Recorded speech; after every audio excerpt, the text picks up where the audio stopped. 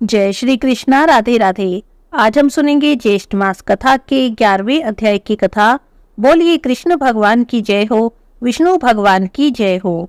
पिछले अध्याय की कथा में हमने सुना था कि राजा सगर के 100 अश्वमेध यज्ञ से घबराकर देवराज इंद्र ने उन पर आक्रमण किया। जब वे उनसे युद्ध में पराजित हो गए तो भगवान विष्णु के पास गए। स्कंद जी कहते हैं कि हे ब्राह्मणों, जब इंद्र ने यज्ञ का सब वृतांत जाकर भगवान विष्णु से कहा, तब भगवान विष्णु ने मन से ध्यान किया और तब वे इंद्र से कहने लगे कि हे इंद्र, मुझे और समर्थ शिव जी को उन लोगों ने यज्ञ में भाग नहीं दिया, इसीलिए उनका यज्ञ पूर्ण नहीं होगा। मैं तुम्हें एक उपाय बताता हूँ, तुम उस उपाय को करो।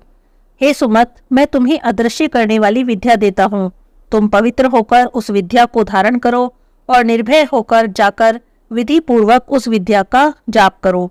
सावधानी से यज्ञ के घोड़े का अपहरण करो और उसी तरह मौन पूर्वक कपिल ऋषि के आश्रम में जाओ और वहां पर उस यज्ञ के घोड़े को छोड़ दो और जाकर स्वर्ग में अपना पूर्ववत काम करो। हे इंद्र, तुम्हें लोकोपकार के लिए यह कार्य करना होगा, अन्यथा राजा सगर यज्ञ के बल से बलान्वित होकर अभिमानी हो जाएंगे। भगवान के वचनों को सुनकर इंद्र ने विधिवत स्नान किया और अदृश्य कारिणी विद्या को ग्रहण किया। सबसे पहले उन्होंने भगवान मधुसूदन को प्रणाम किया और फिर पूछा कि हे भगवान, बताइए कपिल मुनि का आश्रम कहाँ पर है। तब भगवान विष्णु ने कहा कि कलिंग देश से पूर्व की तरफ पृथ्वी के अंदर एक गुफा में कपिल ऋषि ने पाताल के समान एक भूगृह यानी तहखाना बना रखा है और उसी भूगृह में ध्यान अवस्थित होकर कपिल मुनि रहते हैं। भगवान विष्णु के वचनों को सुनकर इंद्र यज्ञ के घोड़े के पास गए। भगवान विष्णु से जो उन्होंने अदृश्य करने वाली विद्या ली थी, उसका ऋषियों और देवताओं के सहित जाप करते हुए यज्ञ के घोड़े को शीघ्र ही साथ लेकर चले गए। परंतु यह वार्ता किसी को भी मालूम नहीं हुई क्योंकि इंद्र अदृश्य हो गए थे। यज्ञ के घोड़े को साथ लेकर इंद्र भगवान विष्णु के बताए स्थान पर कपिल मुनि के आश्रम में पहुंचे।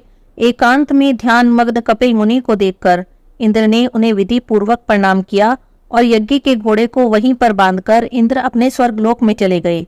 परंतु उनके मन में फिर भी शंका बनी रही। इधर यज्ञ के घोड़े का हरण हो जाने पर उसके रक्षक एक साथ अज्ञान से मोहित होकर सब आकर राजाओं से कहने लगे कि यज्ञ के घोड़े का अपहरण हो गया है। रक्षकों के वचन सुनकर सगर पुत्र यज्ञ अश्व की खोज में 10 दिशाओं में फैल गए।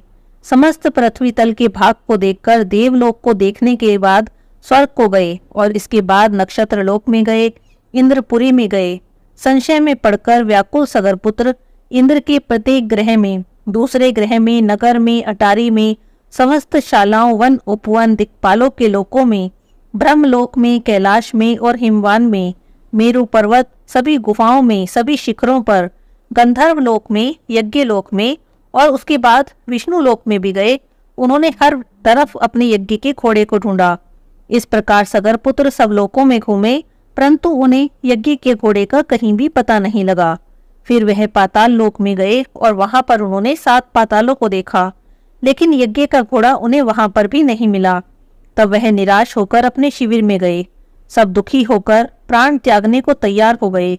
तब काल से प्रेरित होकर सब पृथ्वी को खोदने लगे। राजा सगर के 60,000 पुत्र थे। जब उन सभी 60,000 पुत्रों ने अपनी सेना के साथ पृथ्वी को खोदना शुरू कर दिया तो बहुत शीघ्र उन्होंने सारी पृथ्वी को खोद डाला और खोदते खोदते वे उस गुफा तक पहुंच गए जहां पर कपिल मुनि का आश्रम था। इतनी बड़ी गुफा को देखकर सभी आश्चर्यचकित हो गए। सब अंदर गए तो वहां जाकर उन्होंने कमल की रस्सी से बंधा हुआ यज्ञ का घोड़ा देखा और वहीं पर ध्यान में मग्न कपिल ऋषि को भी देखा, जो कि केवल मन से ही सृष्टि, संहार, श्राप और अनुग्रह करने वाले थे। कपिल मुनि के इस प्रभाव को सगर पुत्र नहीं जानते थे और उन्होंने कपिल मुनि को ही चोर समझ लिया, क्योंकि वहां पर यज्ञ का घोड़ा बंधा हुआ था और वे सभी एक ही स्वर में कहने लगे कि इन्होंने ही यज्ञ के घोड़े को चुराया है और अब हमारे भय से यहाँ ध्यान लगाकर बैठ गए हैं। हम लोगों के भय से पृथ्वी के नीचे घर बनाकर ऋषि के समान बैठा है। इस दुष्ट को अच्छी तरह से बांधकर राजा सगर के पास ले चलेंगे। यह कहकर सगर पुत्रों ने बड़ा ही कोलाहल किया। जैसे ही उनका कोलाहल हुआ, ऋषि का ध्यान टूट गया। ध्यान को त्याग कर जो ही कपिल मुनि ने उनकी ओर देखा, तभी राजा सगर के सभी 60,000 पुत्र कपिल मुनि की नेत्राग्नि से जलकर वहीं पर जहां की तहां खड़े थे वहीं पर जलकर भस्म हो गए। इतनी कथा सुनाकर स्कंद जी कुछ समय के लिए मौन हो गए। तब सभी ऋषियों ने कहा, हे षडानन, जब राजा सगर की सब संतति भस्म हो गई और उनका यज्ञ पूर्ण न हो सका, तब राजा सगर ने क्या किया, उनके सैनिकों ने क्या किया, यह सब कृपा करके आप हमसे कहिए। तब स्कंद जी कहने लगे, हे शौनक आदि ऋषियों, बिल के द्वार पर स्थित सैनिक लोग विहल होकर बिल की उस अग्नि ज्वाला से संतप्त होकर राजा सगर को सब समाचार सुनाने के लिए वहां गए। जाकर उन्होंने राजा सगर से कहा, हे महाराज, अनर्थ हो गया है। आपके पुत्रों ने जब यज्ञ के घोड़े को कहीं नहीं देखा तो दुखी होकर अपने हाथों से ही पृथ्वी तल को खोदने लगे। खोदते खोदते उसके बिल में मिला हुआ 100 योजन का एक गुफा मिली। जब उस गुफा के अंदर बहुत से सैनिकों के साथ आपके सभी पुत्र चले गए और हम सभी लोगों को बिल के द्वार पर रोक दिया। कितने ही दिनों में जब वे बाहर नहीं आए, तब हमको बिल के द्वार पर खड़े होने के कारण कुछ भी पता नहीं चला कि अंदर क्या हो रहा है। इतने में ही पाताल के समान वह गुफा अग्नि से पूर्ण हो गई और हम सभी लोग अग्नि ज्वाला में व्याप्त हो गए। फिर हम सभी लोगों ने वापस आकर सभी समाचार आपसे निवेदन किया है। हे राजन, कहिए उनकी क्या गति हुई होगी। मुग्ध हो जाने के कारण हम तो कुछ भी नहीं जान सके। उन सैनिकों के ऐसे वचन सुनकर पर्वत पर वज्र के समान राजा सगर पृथ्वी पर गिर गए और मूर्छा खाकर मृत से लगने लगे। यह देखकर उनके आत्मज और ऋतिवज लोग सभी हाहाकार करने लगे। इसके बाद राजा सगर को उठाकर उनके मुख कमल पर जल का सिंचन करने लगे।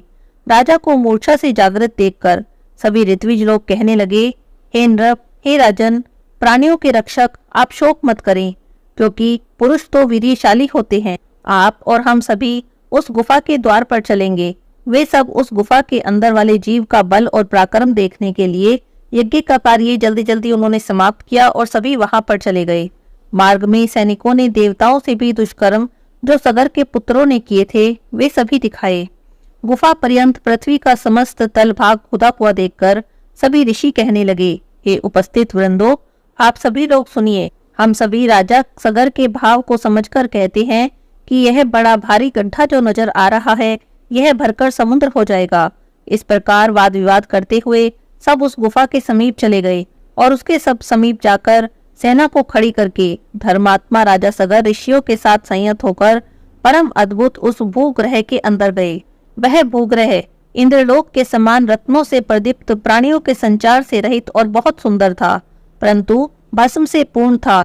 राजा और सभी ऋषि लोग यह सब देखकर क्रम से उस तेज पुंज के पास गए।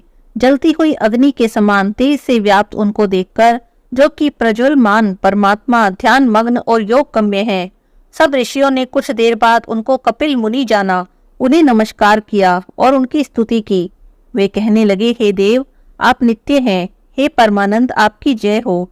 जगत के कारण रूप और मन से सृष्टि का संहार करने वाले हे देव, आपको नमस्कार है। हे सत्य गुण को धारण करने वाले हे श्री हरि स्वरूप, आपको नमस्कार है। तुम रूप में स्थित हो, तुम रुद्र में स्थित हो, आपको नमस्कार है। हे अखिल लोक वंदना के योग्य, हे सुरासुर से पूजित चरण कमलों वाले, आपको नमस्कार है। हे दया के सागर, संसार रूपी सागर में फंसे हुए हम लोगों की आप रक्षा करें। हे ब्राह्मणों के स्वामी, शीघ्र ही आप हमारा उद्धार करें। आप ही आदि स्वरूप वाराह रूपधारी हैं। और इस तरह स्तुति करके राजा सगर पुनः शोक मग्न होकर वर्षा काल में जैसे महान पाषाण गिरते हैं, ऐसे ही पृथ्वी पर गिर गए। नेत्र खोलकर अपने सामने निश्चित रूप से पतित राजा सगर और उनके साथ बहुत से ऋषियों को देखकर कपिल मुनि ने कहा। कपिल मुनि ने क्या कहा, हम अगले अध्याय की कथा में सुनेंगे। आज के अध्याय की कथा यहीं पर समाप्त होती है। बोलिए कृष्ण भगवान की जय हो, विष्णु भगवान की जय हो।